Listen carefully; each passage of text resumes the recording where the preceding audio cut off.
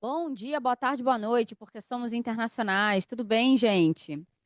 Você que está aqui nessa trilha de liderança, você que já é líder, você que quer ser líder, você que está aqui só curiando para saber o que que a gente está conversando na liderança, eu queria ter uma conversa hoje muito, muito, muito importante, que começa com uma pergunta que eu recebo bastante. Ana, como é que eu sei que eu estou doente? Como é que eu sei que eu estou doente? Qual é a diferença de um estresse para, de fato, um quadro de depressão, né? Quando é que eu sei que eu deixei de ficar triste e eu comecei um quadro adoecido, um quadro patológico? Essa é uma pergunta extremamente importante, porque não tem uma resposta exata, não tem uma resposta fixa, não tem uma resposta única para todo mundo. Mas tem algumas pistas, né? Tem algumas transversalidades, tem alguns sinais que tecnicamente a gente vai chamar de sintomas e o sintoma, ele não é nosso inimigo, ele é nosso amigo. O sintoma, ele é o alfabeto do corpo. Ele é o jeito que o corpo tem de contar pra gente alguma coisa. Isso é muito importante porque quando a gente fala, por exemplo, de remédios, do analgésico ou tarja preta, é muito comum que as propagandas elas digam: não, você não precisa ter dor de cabeça, você não precisa sentir dor nas costas, você não precisa nada, você toma aqui esse remédio e tal. E foi assim que eu dei mal lá em 2018, né? Porque era isso. Tinha torcicolo, metia um relaxante muscular, entrava no avião, ia para o México, ia para o Chile, ia para a Colômbia, ia para o Brasil inteiro. Não vou falar palavrão para não ficar gravado, né? Mas ia para o Brasil inteiro. Até que, na minha crise de burnout, na minha transição de carreira, eu travei o pescoço e perdi a voz. Eu ficava rouca também, muitas vezes, né, ao longo do tempo. Eu perdi totalmente a voz e as minhas três vértebras do pescoço apertaram e eu não conseguia me mexer. E eu tinha uma viagem para o Canadá e eu fiquei que nem aquele cone da vergonha, né? Eu botei aquele um colar cervical para poder viajar. Mas aí eu ia viajar a passeio de férias. Foi quando eu decidi fazer a minha transição de carreira. E aí, portanto, eu quero começar daí. Como é que você sabe que você está doente? Primeiro, quando o seu corpo, a partir dos sintomas, ele começa a repetir a mesma mensagem. Então, dor crônica é um alarme gigante, né? Do que você precisa olhar. Quando essa dor começa a ficar muito frequente, então o espaçamento do tempo começa a ficar cada vez mais curto. E aí eu tô falando de sintoma físico por enquanto que de dor, que você vai querer tomar um remédio, dor de cabeça, dor nas costas, enfim, dor de estômago, muito comum, tive muito também. Então, coisas do corpo que você fala, ai, comi alguma coisa, ou ai, dormi de mau jeito, ou ai, tô velha, não, fiquei, tô de ressaca, tomo um vinho, preciso de 3 semanas para me recuperar, enfim. Então, o primeiro lugar que vai te contar que você pode estar doente é o seu corpo, de fato, do ponto de vista físico. Daí, nessa categoria, eu vou estender um pouquinho, eu vou ampliar um pouco para falar do sono, distúrbios do sono de uma maneira geral. Então, se você tem dificuldade para dormir, ou se você dorme, dorme de um jeito um pouco mais agitado, se você dorme, acorda, dorme, acorda, dorme, acorda, ou você dorme, dorme, dorme, dorme, dorme, e em determinado momento da madrugada você acorda e não dorme mais, ou você dorme até a noite inteira, mas você acorda com uma sensação de cansaço muito grande, enfim, tudo aquilo que vai envolver distúrbios do sono. Aí você pode falar assim: ah, mas como é que eu sei que eu não tenho um distúrbio do sono? Bom, em geral, é quando você dorme e você acorda naturalmente, sem a necessidade de um despertador, né? Com a sensação de estar descansada. É isso. Resumidamente, é isso. Que a gente sabe que hoje em dia é muito raro disso acontecer. Bom, a partir disso, você vai precisar observar também um outro agrupamento de sintomas que vai ser o agrupamento que vai dar conta um pouco mais das questões emocionais, eu vou chamar dessa forma, né? Então, Se tem mais irritabilidade, se tem mais agressividade, se você se chateia com muito, com coisa que teoricamente é pequena, é, com pessoas que antes talvez não, enfim, não te causavam problema, mas que agora te causam, ou com assuntos que antes eram ok para você, mas enfim, agora parecem muito grandes. Ah, sabe, quando você perde a paciência, não consegue mais, tudo te irrita, aquelas coisas todas. Ou quando você entra num lugar de muita dificuldade de se mover. Porque quando a gente fala de procrastinação, a procrastinação, ela não é um algo da ação, ela é um algo da emoção. Você pode estar evitando aquilo porque você acha que vai falhar, você pode estar evitando aquilo porque você acha que aquilo é muito pequeno para você, você pode estar evitando aquilo por um milhão de razões. É sempre emocional, né?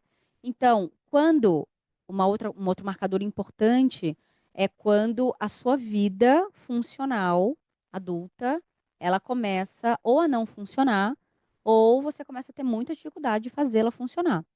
Então, quando você tem dificuldade para manter a casa limpa, a comida feita, né? Então, ainda que você precise chamar alguém para fazer isso, mas essas dinâmicas da vida como um todo, pagar conta, enfim, não pagar conta, ficar tudo atrasado, essas coisas todas. Agora, quando a gente fala de trabalho também, um grande sintoma para você começar a desconfiar que você pode estar doente é queda de performance. E aí tem uma pergunta que você precisa se fazer, também muito importante no todo, que é: aconteceu algum evento mobilizador para você? E aí eu vou pegar os clássicos. Então, alguém muito importante que faleceu, ou um relacionamento muito importante que terminou, como um casamento, né, ou até uma amizade muito forte nesse sentido, ou uma briga com o irmão, com uma irmã, com o pai, com uma mãe, enfim, com alguém muito importante para você, um relacionamento, portanto, que acabou, uma briga com o filho, né, e tudo mais. É, você passou por uma questão financeira muito grande, né, um problema financeiro muito grande. Você teve uma decepção muito grande com alguém, um sócio, uma sócia, teve um problema no trabalho muito grande, passou por uma demissão, passou por um layoff, né, como a gente costuma ver e tudo mais. Então, isso é importante porque se você passa por um evento mobilizador e você não fica triste e as coisas não balançam na sua vida, você é doente de outro jeito, né? Aí beira ali uma coisa que não sente, tá mais apático, né? Tá um pouco mais é, frio, né? Uma frieza um pouco mais nesse sentido, então não sente a vida nesse aspecto, daí isso é um outro tipo de problema. Então, é natural que você se entristeça ou se é, sofra os efeitos de uma circunstância muito mobilizadora. E aí você precisa não só perceber se esses sintomas, que super explicado, né, super legitimamente, eles são naturais de aparecerem diante de um grande evento, mas se não existiu esse grande evento, é um sinal de alerta. Aí o segundo sinal de alerta, como eu comentei, é se os sintomas eles começam a acontecer com muita frequência, né, e com um espaçamento de tempo cada vez menor. Um outro sintoma é, de fato, se você perde a liberdade. O que significa perder a liberdade? Ah, eu gostava muito de sair para passear com meu cachorro, agora eu não gosto mais. Ah, eu gostava muito de sentar para ver essa série. Ai, não gosto mais. Tem tanta preguiça, tudo tão difícil. Ah, eu gostava de sair com os meus amigos, eu gostava de dançar, eu gostava de ir ao cinema. E não, eu quero só ficar em casa, não tenho mais força, não quero mais ver ninguém, não quero mais falar com ninguém. Num estado muito também pode ser melancólico, né, de lamentação e tudo, ou a outra ponta, que é o estado de mania, e você pode alternar essas duas coisas, é você ficar numa euforia enorme, eu vou falar alemão, eu vou carpir um lote, eu vou ler 7 livros e blá, blá, blá, blá, blá. E você fala, opa, peraí também, o que que é isso?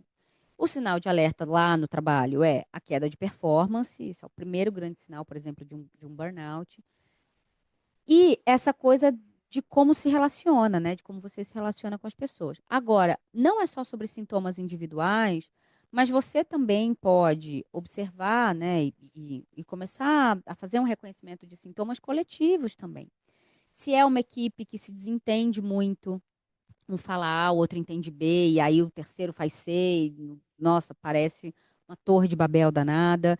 Se é uma equipe com muita fofoca, se é uma equipe com muito, não, eu vou fazer e eu não vou te contar e eu vou fazer sozinho, sabe? Aquela pessoa, aquele jogador de futebol que só quer chutar pro gol sozinho e tudo mais. Então, tem alguns sintomas coletivos que também vão te contar se o adoecimento, se o seu adoecimento, ele se vincula ao adoecimento do ambiente. Aí fica uma coisa meio mistério de Tostines, você não sabe, né, se bem demais porque é fresquinho porque é bem demais, eu tô doente porque aqui é ruim, ou aqui é ruim também porque eu tô doente, enfim, tô contribuindo e tal, milhares de coisas. Então, você sabe que você pode estar doente se você observa todas essas coisas, né? Mas principalmente se tudo isso que eu fui descrevendo perdura no tempo.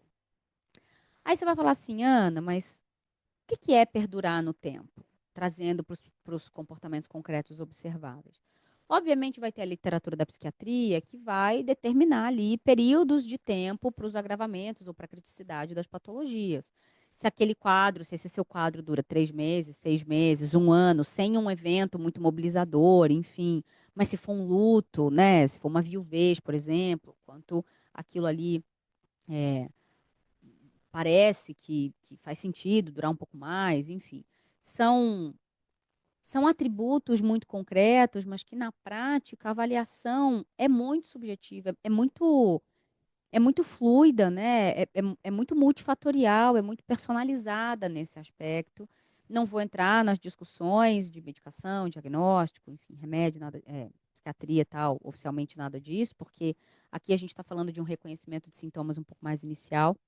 Mas, assim, como um resumo grande, é observar o seu corpo, é observar a sua cabeça, a sua emoção, como você vê o mundo também, a maneira como você está se portando diante do mundo, se você está se portando com um pouco menos de paciência, assim, né? Achando esse mundo sempre muito ruim, essas pessoas sempre muito impossíveis de confiar e tudo mais. E uma terceira coisa é olhar para como tá as suas relações, o seu trabalho, né? Aquilo ali que os ambientes aonde você circula, então, o seu corpo, as suas emoções, as suas relações. E se você olha para isso com bastante atenção, se você se atenta, né, e se percebe, você não só consegue interromper alguns quadros, né, algumas evoluções de quadros patológicos que podem estar muito no início, como você também consegue aí sim compreender o quanto os ambientes, por exemplo, e o quanto as relações elas estão mais te nutrindo ou mais te esvaindo, né, ou mais te esvaziando nesse sentido. E aí sim você pode conseguir tomar as suas decisões. Então, eu espero que isso tenha te ajudado, principalmente desse ponto de vista mais sistemático, de você fazer um inventário daquilo que pode ser sintoma para você. E eu te vejo no próximo passo. Tchau, tchau.